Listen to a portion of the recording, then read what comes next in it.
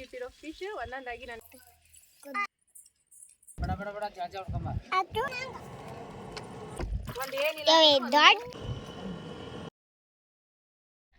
Hi hello ನಮಸ್ಕಾರ friends, ಎಲ್ಲರೂ ಹೆಂಗಿದ್ದೀರಿ? ಆರಾಮಿದ್ದೀರಿ? ನನಗೆ ಕೂಡ ಆರಾಮಿದ್ದೀನಿ ನೋಡ್ರಿ. ನಾನು ಇವತ್ತು ಫಿಶ್ ಮಸಾಲ ಮಾಡ್ಲತ್ತೀನಿ ರೀ. ಇವತ್ತು ಯುಗಾದಿ ಹಬ್ಬದ ಕರಿ ರೀ. ಇವತ್ತು ಈ ಯುಗಾದಿ ಹಬ್ಬದ ಕರಿ ದಿವಸ ಫಿಶ್ ಕರಿ ಮಸಾಲ ಮಾಡ್ಲಕ್ಕ 2 kg ಮೀನು ತೊಗೊಂಬಂದಾರಿ ಯಜಮಾನ್ರು.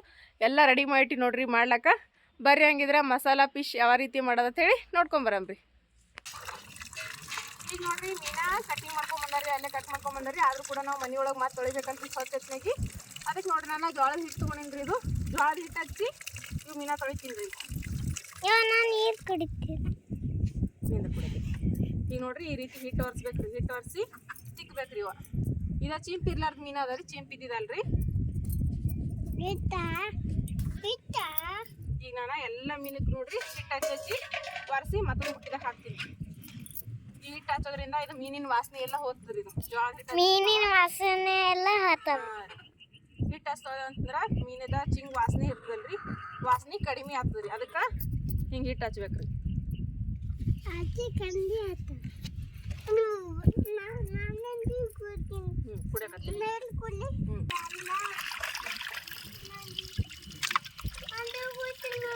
ಈಗ ನೋಡ್ರಿ ಹಿಟ್ಟು ಹಚ್ಚಿದ್ಮೇಲೆ ಮತ್ತೆ ನೀರಿನಾಗ ತೊಳಿಕತ್ತೀನಿ ರೀ. ಏನಿಲ್ಲ ಅಂದ್ರೆ ಇನ್ನೊಂದು 3-4 ಸರ್ತಿ ನಾನು ನೀರಿನಾಗ ತೊಳಿತೀನಿ ರೀ. ಯಾಕಂದ್ರೆ ಹಿಟ್ಟು ಹಚ್ಚಿಕೊಂಡ್ರಿ ಎಲ್ಲ ಕ್ಲೀನ್ ಆಗಿಬಿಡ್ತದ.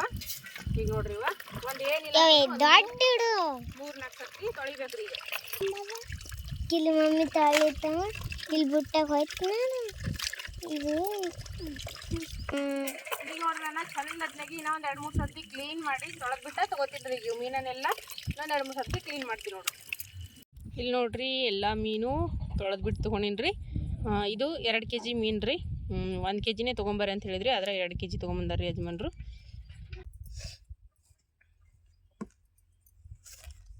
ಈಗ ನೋಡ್ರಿ ಫ್ರೆಂಡ್ಸ 2 kg ಫಿಶ್ ಅವಲ್ರಿ. ಇವ ನೀಟಾಗಿ ಸ್ವಚ್ಛತೆಯಾಗಿ ಜೋಳದ ಹಿಟ್ಟು ಹಚ್ಚಿ ತೊಗೊಂಡಿನಲ್ರಿ. ಇವ ಇಲ್ಲಿ ಸೈಡಿಗೆ ಇಡ್ತೀನಿ ರೀ. ಇಟ್ಟು ಈಗ ಇದಕ್ಕೆ ಮೊದಲ ಮಸಾಲೆಗಳು ಹಾಕೊಳ್ಳೋಮ್ರಿ. ಇಲ್ಲಿ ನೋಡ್ರಿ ಒಂದು ಕಡಾಯಿ ತೊಗೊಂಡಿನ್ರಿ. ಈಗ ಇದಕ್ಕೆ ನಾನು ಮನ್ಯಾಗ ಕುಟ್ಟಿದ್ದ ಗರಂ ಮಸಾಲ ರೀ 1.5 ಟೇಬಲ್ ಸ್ಪೂನ್ ಆಗೋಷ್ಟ ಗರಂ ಮಸಾಲ ಹಾಕೊಂಡಿನ್ರಿ ಕೈಲಿಂದ. ರುಚಿಗೆ ತಕ್ಕಷ್ಟ ಉಪ್ಪು ರೀ, ಮತ್ತು ಒಂದು ಸ್ವಲ್ಪ ಒಂದು ಅರ್ಧ ಟೇಬಲ್ ಸ್ಪೂನ ಅರಿಶಿಣ ಪೌಡ್ರ್. ಇದು ಖಾರದ ಪುಡಿ ರೀ. ಖಾರ ಮೀನಕ್ಕೆ ಜಾಸ್ತಿನೇ ಬೇಕ್ರಿ. ನಾನಿಲ್ಲಿ 4 ಟೇಬಲ್ ಸ್ಪೂನ್ ಖಾರ ಹಾಕೊಂಡೇನ್ರಿ.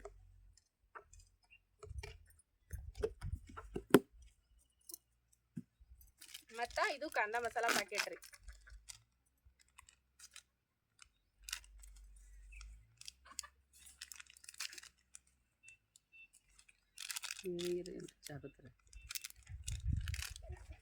ಕಾಂದ ಮಸಾಲ ಹಾಕೊಲತ್ತೀನಿ ನೋಡ್ರಿ ನಾನು.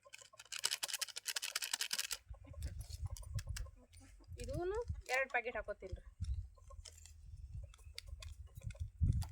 ಜಲ್ದಿ ಪ್ಯಾಕೆಟ ಕೊಟ್ಟ ಹಾಕಂತ್ರಿ.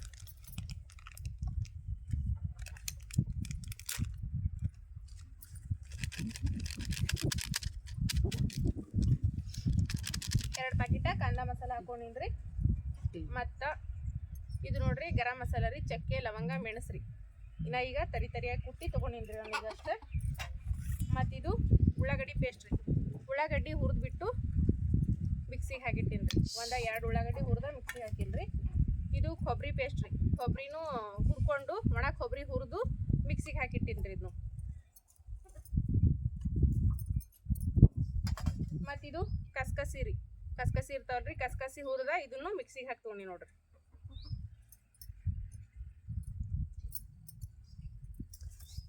ಇದೆಲ್ಲ ಮಸಾಲಿನೂ ಹಾಕೊಳ್ಳೋದಾಗ್ಯದ್ರಿ. ಈಗ ನೋಡ್ರಿ ಇಲ್ಲೇ ನಾನು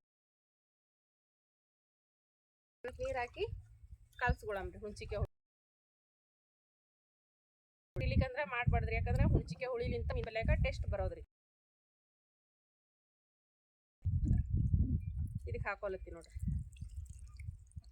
ಈ ಮಸಾಲೆಗೆಲ್ಲ ಹುಂಚಿಕೆ ಹುಳಿ ನೀರು ಹಾಕೊಂಡಿನ್ರಿ. ಕಲ್ಸ್ಕೊಳಮ್ರಿ.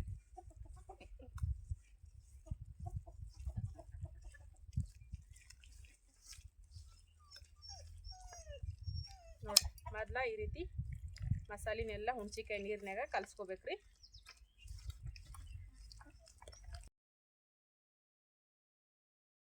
ಈಗ ಒಂದೊಂದೇ ಮೀನುಗಳು ತಗೊಂಡ ನೋಡ್ರಿ ಇದಕ್ಕೆ ಈ ರೀತಿ ಮಸಾಲೆ ಒಳಗೆ ಮಸಾಲೆ ಹಚ್ಚಿ ನೋಡ್ರಿ ಈ ಪ್ಲೇಟಿಗೆ ಇಟ್ಕೋತೀನಿ ರೀ.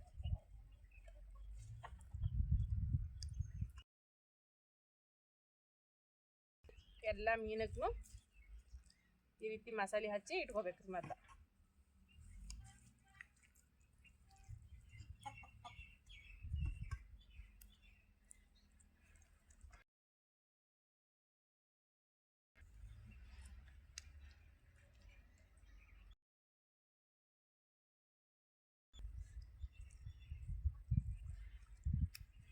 ಖಾರ ಮಾತ್ರ ನಾವು ಜಾಸ್ತಿ ತಿಂತೇವ್ರಿ, ಹಾಗಾಗಿ ಸ್ವಲ್ಪ ಖಾರ ಜಾಸ್ತಿ ಹಾಕೋದ್ರಿ. ಅದ್ರಾಗ ಮೀನದ ಪಲ್ಯಕ್ಕೆ ಎಷ್ಟು ಖಾರ ಹಾಕೋದು ಕಡಿಮೆ. ಇವಾಗ ನಾನು ಹಾಕಿರೋ ಖಾರ ಹೆಂಗದ ಅಂತಂದರೆ ಪೂರ್ತಿ ಸಪ್ಪಗದರಿ ಖಾರ. ದಪ್ಪ ಮೆಣಸಿಗೆ ತೊಗೊಂಬಂದಿರಿ ಯಜಮಾನ್ರು, ಹಾಗಾಗಿ ಜಾಸ್ತಿ ಖಾರನೇ ಇಲ್ಲರಿ. ಅದು ನಾವು ಎಷ್ಟು ಹಾಕಿದ್ರೂ ಖಾರನೇ ಆಗಂಗಿಲ್ಲ ರೀ. ಆದರೆ ನೋಡೋಕೆ ಮಾತ್ರ ಕಲರ್ ಜಾಸ್ತಿ ಕಾಣಿಸ್ತದೆ, ಆದರೆ ಖಾರ ಮಾತ್ರ ಕಡಿಮೆ ಇರ್ತದೆ ಇದು. ಹಾಗಾಗಿ ನಾನು ಖಾರ ಜಾಸ್ತಿ ಹಾಕಿನ್ರಿ. ಮತ್ತು ನೀವು ನಾನು ಹಾಕಿರೋದು ನೋಡಿ ಜಾಸ್ತಿ ಖಾರ ಹಾಕಕ್ಕೆ ಹೋಗ್ಬೇಡ್ರಿ. ಕೆಲವೊಂದು ಖಾರ ಭಾಳಷ್ಟು ಖಾರವಾಗಿರ್ತದೆ, ಆದರೆ ಇದು ಖಾರ ಕಡಿಮೆ ಇದ್ದ ಸಲುವಾಗಿ ನಾನು ಇಷ್ಟೊಂದು ಖಾರನ ಹಾಕಿದ್ದೀನಿ ನೋಡಿರಿ. ಈಗ ನೋಡಿರಿ ಎಲ್ಲ ಫಿಶ್ಗೂ ನೋಡಿರಿ ನಾನು ಈ ರೀತಿ ಮಸಾಲಿನ ಹಚ್ಚಿ ತೊಗೊಂಡಿದ್ದೀನಿ ನೋಡಿರಿ. ಇವಾಗ ಲಾಸ್ಟಲ್ಲಿ ಒಂದು ಉಳಿದ್ರೆ ಅದನ್ನು ಕೂಡ ಈ ರೀತಿ ಹಚ್ಚಿದ್ದೀನಿ. ಇವಾಗ ಕಡಾಯಿ ಒಳಗೆ ಇದೇನು ಮಸಾಲೆ ಉಳಿದಲ್ರಿ ಇದು ತೆಗೆದ ಸೈಡಿಗೆ ಇಡ್ಬೇಕ್ರಿ. ಈಗ ನಾನು ಹುಣ್ಚಿಕಾಯಿ ನೀರವಲ್ರಿ ಅದರ್ಲಿಂದ ಕೈ ತೊಗೊಳತ್ತೀನಿ ರೀ. ಮಸಾಲೆ ಕೈ ಇದು ಏನು ಮಸಾಲೆ ಹತ್ತದಲ್ರಿ ಇದೆಲ್ಲ ಮಸಾಲೆನ ತೊಳೆದ್ಬಿಟ್ಟು ಲಾಸ್ಟಲ್ಲಿ ನಾವು ಗ್ರೇವಿಗೆ ಎಷ್ಟು ನೀರು ಬೇಕು ನೋಡಿರಿ ಆವಾಗ ಈ ಮಸಾಲೆನೆಲ್ಲ ಹಾಕೋಬೇಕ್ರಿ. ಈಗ ನಾನು ಅದು ಕಡಾಯಿ ಅಲ್ಲೇ ಸೈಡಿಗೆ ಇಟ್ಟಿದ್ದೀನಿ ನೋಡಿರಿ. ಈಗ ನೋಡ್ರಿ ಒಲಿ ಉರಿ ಹಚ್ಚೀನಿ. ಒಲಿ ಉರಿ ಹಚ್ಚಿ ಅದ್ರ ಮ್ಯಾಗ ಬಗೊಂಡು ಇಟ್ಟಿನಿ ರೀ. ಈಗ ಎಣ್ಣೆ ಹಾಕೋತೀನಿ ರೀ. ಅದಕ್ಕೆ ಎಣ್ಣೆ ಮಾತ್ರ ಮೀನಾ ಫ್ರೈ ಮಾಡ್ಲಿಕ್ಕೆ ಜಾಸ್ತಿನೇ ಬೇಕಾಗ್ತದೆ ರೀ. ಸಾಕು ಹುಡುಗ ಏನ್ರ ಈಗ ಕೋಲ. ಇವಾಗ ಎಣ್ಣೆ ಒಂದು ಸ್ವಲ್ಪ ಬಿಸಿ ಅಲ್ರಿ.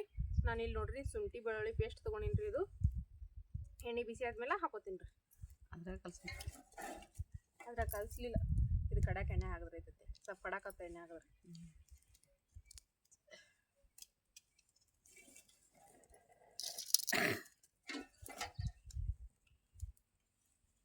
ಎಣ್ಣೆ ಬಿಸಿ ಆಗ್ಯದ ಮೇಲೆ ನೋಡಂಬ್ರಿ ಒಂದು ಸ್ವಲ್ಪ ಹಾಕಿ ಸ್ವಲ್ಪ ಮಟ್ಟಿಗೆ ಬಿಸಿ ಆಗ್ಯದ್ರಿ. ಇವಾಗ ಶುಂಠಿ ಬೆಳ್ಳುಳ್ಳಿ ಪೇಸ್ಟ್ ಹಾಕ್ಲತ್ತೀನಿ ನೋಡ್ರಿ. ನಾನು 1.5 ಟೇಬಲ್ ಸ್ಪೂನ್ ಆಗೋಷ್ಟು.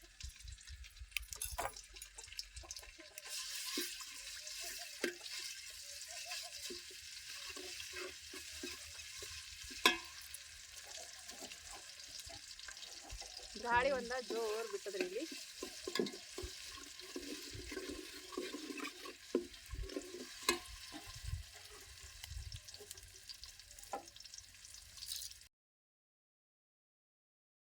ಅಲ್ಲಿ ಬರ್ತದ ಆ ಕಡೆ ಬಂದಂಗೆ ಇರ್ತದೆ. ಅಲ್ಲಿ ಇಳಿಲಕ್ಕೆ ತೆಗಿತ್ತು ಚಲಾಗಿದೆ. ಇದು ಇನ್ನಾಗಿ ಜೆಸಿಪಿಲೆ ಇದು ಮಾಡಕ್ಕೆ ಸಾಕು.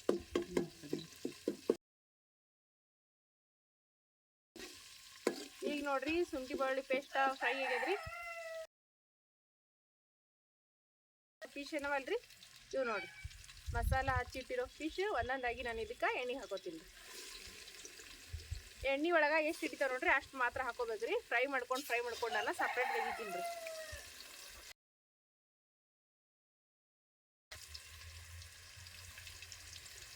ನಾಲ್ಕು ಹಾಕೊಂಡಿನಿ ರೀ. ಇದೊಂದು 5 ಸಣ್ಣ ಒಂದು ಸ್ವಲ್ಪ ಹೊತ್ತು ಬಿಟ್ಟ ತಿರು ಹಾಕೋಬೇಕ್ರಿ. ಎರಡೂ ಸೈಡ ಸರಿಯಾಗಿ ಫ್ರೈ ಮಾಡ್ಕೋಬೇಕ್ರಿ. ಇವಾಗ ಇದೇ ರೀತಿನೇ ಎಲ್ಲ ಫಿಶ್ ನಾನು ಈಗ ಹಂಗಾಗಿ ತಗೋತೀನಿ ರೀ. ಇವೆಲ್ಲ ಮಸಾಲೆ ಗಂಗಾಗಳೇವಲ್ರಿ ಇದಾಗ ತಗೊಂಡ್ಬಿಡ್ತೀನಿ ರೀ.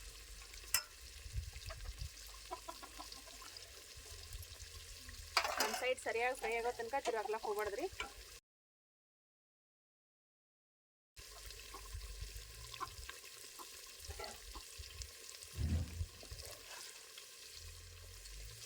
ಇವಾಗ ನೋಡ್ರಿ ನಾನು ತಿರು ಹಾಕೊಲತ್ತೀನಿ ರೀ.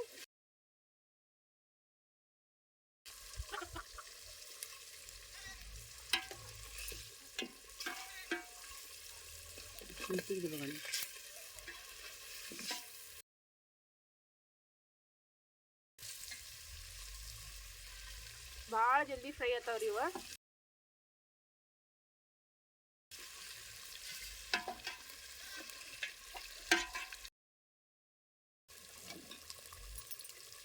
ಈಗ ನೋಡ್ರಿ ಈ ಸೈಡ್ನು ಫ್ರೈ ಆಗ್ಯಾವ್ರಿ. ಈಗ ಸಾದ್ ನಾನು ಒಂದು ಪ್ಲೇಟಿಗೆ ತಗೊಂಡ್ಬಿಡ್ತೀನಿ ನೋಡ್ರಿ. ಇವು ಫ್ರೈ ಆಗಿವ. ಒಂದು ಸ್ವಲ್ಪ ಈ ರೀತಿ ಎಣ್ಣೆನೆಲ್ಲ ಜಾನ್ಕೊಂಡ ತಗೊಂಡ್ಬಿಡ್ಬೇಕು.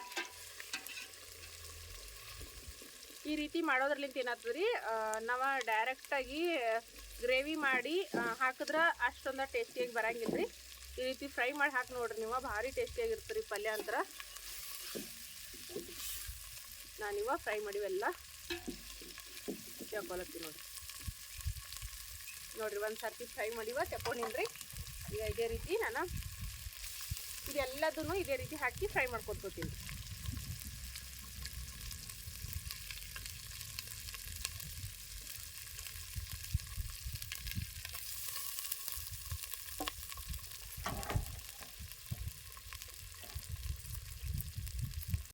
ಈಗ ನೋಡ್ರಿ ಎಲ್ಲ ಫ್ರೈ ಆಗ್ಯದ್ರಿ. ಈಗ ಲಾಸ್ಟಲ್ಲಿ ನಾನು ಲಾಸ್ಟಿಂದ ಒಂದು ಸರ್ತಿದ ತೆಳಿಯೋದು ಉಳಿದಿವ್ರಿ, ಅವನು ಫ್ರೈ ಮಾಡ್ಕೊಂಡಿದ್ದೀನಿ ನೋಡ್ರಿ.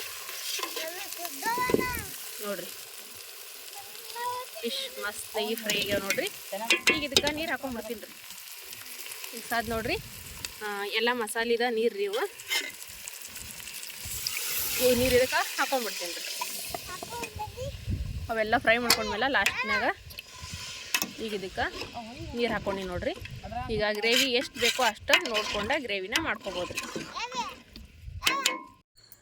ಈಗ ನೋಡ್ರಿ ಮಸಾಲ ಫಿಶ್ ಎಷ್ಟು ಮಸ್ತ್ನೇ ಕಾಣಿಸಕತ್ತಾವ ಅಂತೇಳಿ ನೋಡ್ತಿದ್ರೆ ಹಂಗೆ ಬಾಯ್ದಾಗ ನೀರು ಕಡಿಬೇಕ್ರಿ, ಅಷ್ಟು ಸೂಪರಾಗಿ ಬಂದಾವ ನೋಡ್ರಿ. ಈಗ ನೋಡ್ರಿ ನಾನು ಫ್ರೈ ಮಾಡಿಟ್ಕೊಂಡಿರೋ ಫಿಶ್ ಏನವಲ್ರಿ ಅವೆಲ್ಲ ನೋಡ್ರಿ ನಾನೀಗ ಗ್ರೇವಿಗೆ ಹಾಕ್ಕೊಳತ್ತೀನಿ ರೀ.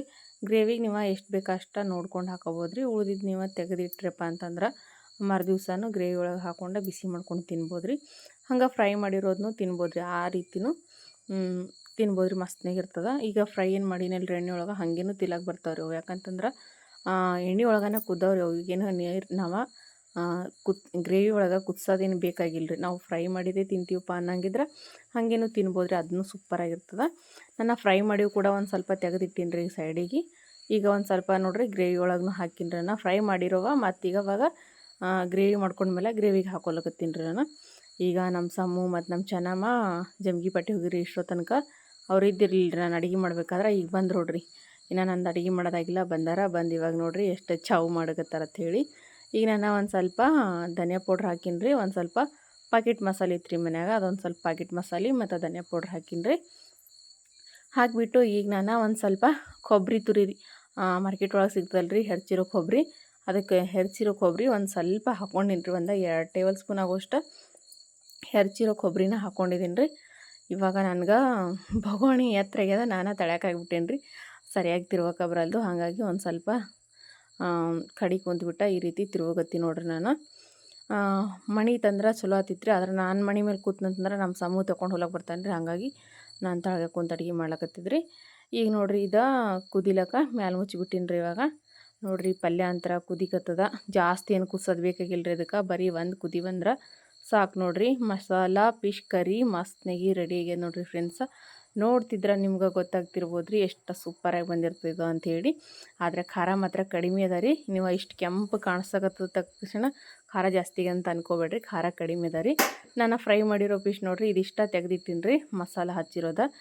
ಯಜಮಾನ್ರು ಒಂದು ಸ್ವಲ್ಪ ಸೈಡಿಗೆ ತೆಗೆದಿಡು ಅಂತಂದಿರಿ, ಯಾಕಂದ್ರೆ ಅವು ಭಾಳ ಟೇಸ್ಟಿಯಾಗಿರ್ತಾವೆ ರೀ. ಹಾಗಾಗಿ ಅದನ್ನು ತೆಗೆದಿಟ್ಟಿನಿ ರೀ. ಇವಾಗ ಪಲ್ಯ ಅಂತೂ ಮಾಡೋದು ಆಯ್ತು ನೋಡ್ರಿ.